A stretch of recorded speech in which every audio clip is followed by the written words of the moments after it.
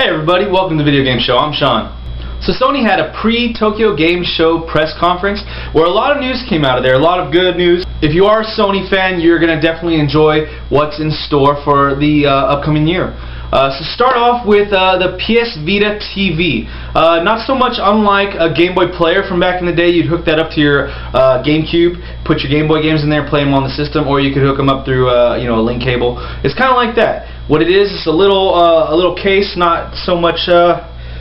Probably the size of my phone right here. And what it does is you could play PS Vita games on your TV with a DualShock 3 controller. You could also watch Netflix. You can look up things like Hulu, all those types of items on there. It's like a internet hub for your PS Vita user interface on your TV. This is really cool, really a lot of cool options.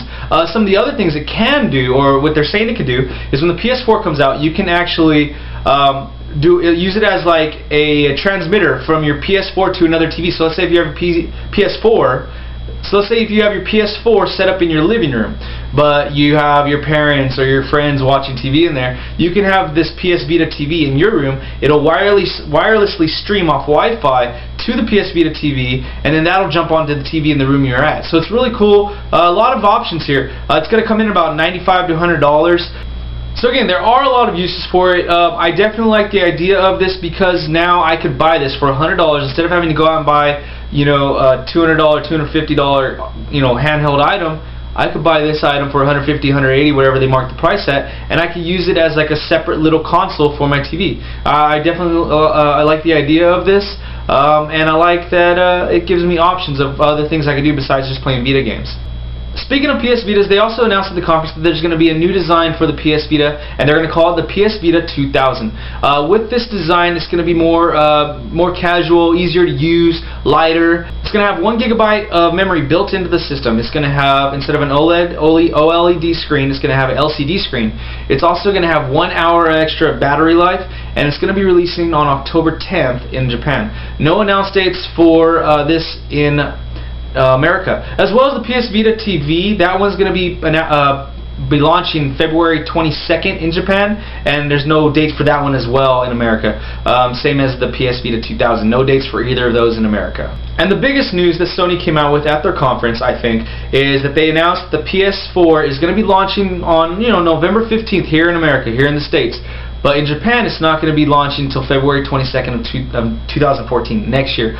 So what they're doing is they're putting all their chips in the first basket of we are trying to fight to win the America, this U.S. states. They want to win here because they normally dominate in Japan because it is a Japan-made product.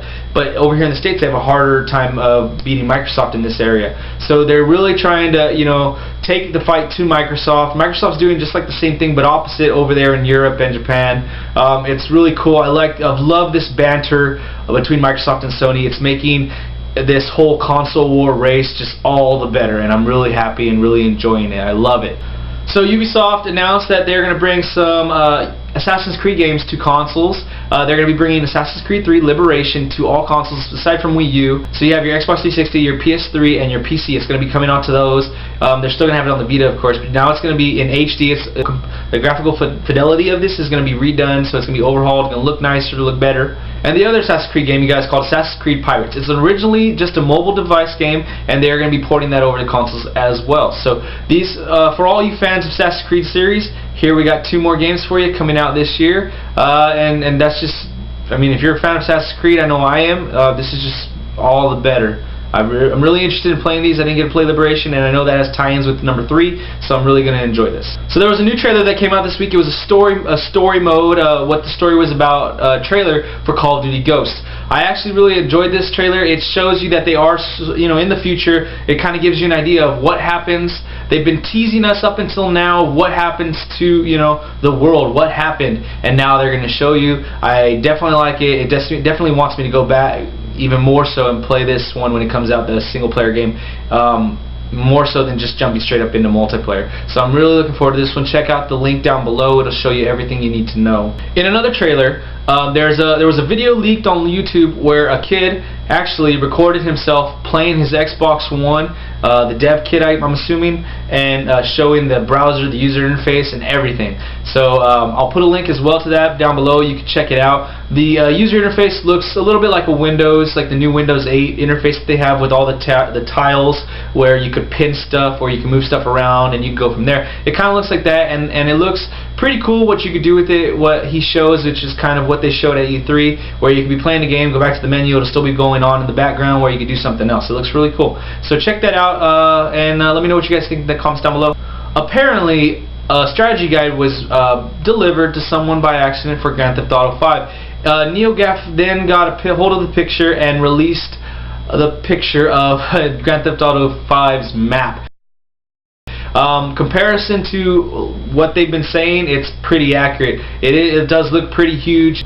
It looks like it can fit. It literally will fit all the maps that they told you. Grand Theft Auto 4, Red Dead Redemption, and everything San Andreas or whatever it was.